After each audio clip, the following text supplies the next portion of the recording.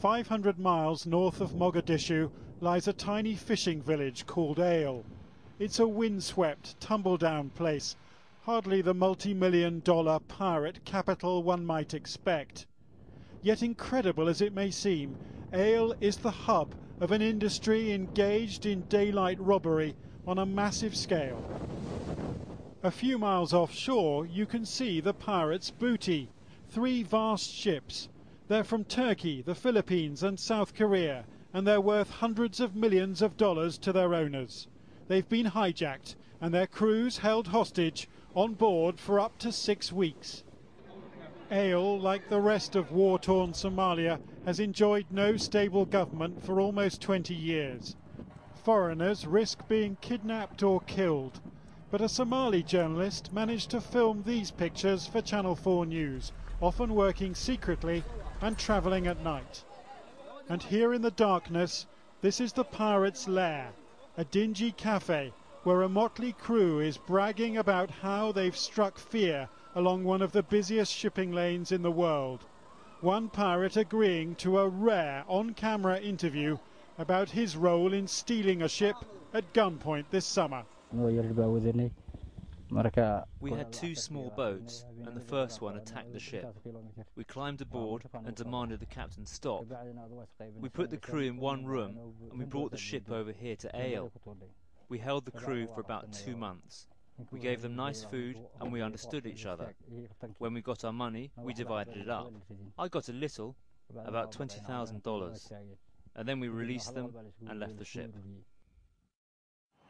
The pirates' car of choice is a favourite with the criminal fraternity the world over, a 4-wheel drive with blacked-out windows.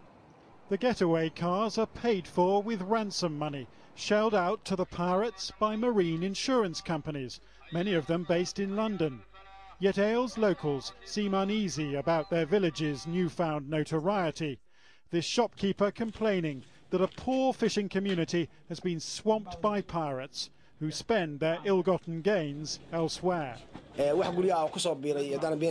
no truth in stories that the pirates build nice big houses and marry beautiful girls. They just use Ale as a launching pad and a hiding place. Most of the people can't stand the actions of bandits, but if the whole world can't stop them, how can we? Yet the hijacking of the Sirius Star this month, the biggest ship ever captured, has awoken the world to the problem. The supertanker is carrying 2 million barrels of oil worth around $100 million. Her 25 crew include 2 from Britain, and she's just one of 15 ships now held to ransom off Somalia, where pirate attacks have tripled this year. We've identified the 3 hijacked ships off Ale. This is the African Sanderling, carrying fertilizer to China. She's from South Korea and brand new, and neither she nor her 21 Filipino crew have been seen for 6 weeks. Next to her is the Yasha Neslihan. She's a Turkish ship and was taking iron ore from Canada to China. Her crew of 20 Turks have been held hostage since the end of October. Then there's the Stolt Strength, carrying chemicals to India under her Filipino crew of 23. She was hijacked over 2 weeks ago. The UN estimates the pirates have earned $30 million in ransom money this year. Yet they're a small band. The Royal Navy reckons there may be fewer than 1,000 of them, including these recently captured by Royal Marines. The question, though, is whether there's enough political will to bring them under control. Next month, the EU is forming its first ever naval mission off Somalia, though only 6 ships have been so far offered to patrol an 1,800-mile coastline and millions of square miles of ocean. Back in Ale, the village governor can't understand why the world's richest nations haven't rid these waters of the highwaymen of the high seas. In most cases, these pirates are nothing more than unemployed youth, mostly armed with AK-47 assault rifles. They want to get their hands on easy money. I don't know why Americans and NATO aren't dealing with it. I don't know why a warship with planes and helicopters and thousands of Marines can't stop a few bandits armed with AK-47s. That frustration is shared thousands of miles away in London. At the Lloyd's building, the centre of global shipping insurance, its chairman, Lord Levine, reckons his fellow Lord, Horatio Nelson, would have blasted the pirates out of the water by now. These are not lovable characters. They're thugs and they're terrorists. But your industry has been paying them money. Well, at the end of the day, there is no alternative if you don't want lives to be lost. The British Foreign Secretary has said he doesn't think ransom should be paid. It sounded like a criticism of your industry. Well, I don't think ransom should be paid either. And I think that what the British government is doing in terms of getting the Royal Navy with other navies to operate there to try and stop this is a much better solution. We don't want to pay ransoms either. Here's how military muscle can work. In April, the French Navy helped deliver a ransom in exchange for a luxury yacht whose French crew had been held for a week. And unusually, the French filmed the whole affair. The ransom of $2 million was ferried in a dinghy to a pirate speedboat. An aircraft carrier then took receipt of 29 relieved hostages. But then the twist in the tale. French special forces tracked the hijacker's car with long-range cameras and flew off across the Somali desert in hot pursuit. A helicopter sniper shot out the car's engine.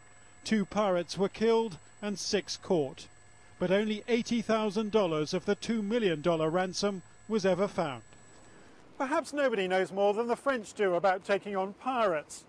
But military sources here in Paris say the chances of taking on those holding the Sirius Star are minimal. It's highly unlikely that the Saudis, who own the ship, would allow special forces from Western nations to open fire on the Somali Muslims holding their ship.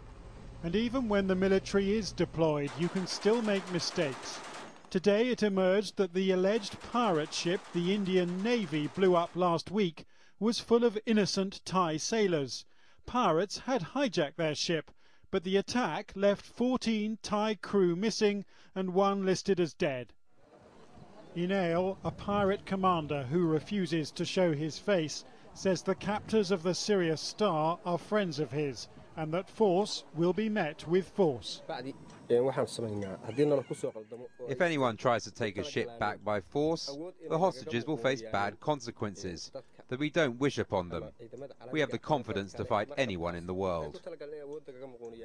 The ship owners are going to pay up, aren't they? I would think that's highly likely, yes.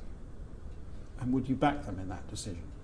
It's not a question of backing them. I mean, they have to make those decisions. And if I asked you the question, well, do you think they should pay or should they have the crew murdered?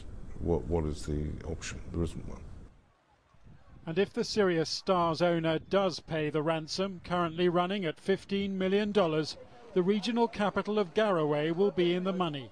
For this is where Somalia's pirates spend much of their loot, where pirates are hailed as heroes, while the local police haven't been paid in 7 months. I very much support the pirates. Nobody else gives us anything, says this woman. While the region's governor says fixing the problem can't be achieved solely at sea. Even if thousands of ships assembled here, there's nothing they could do about it. The only effective way is to wage a land war to attack their camps and bases on the mainland. In Ale, the locals fear the Americans could bomb at any minute and kill civilians. But the call of the sea remains a strong one.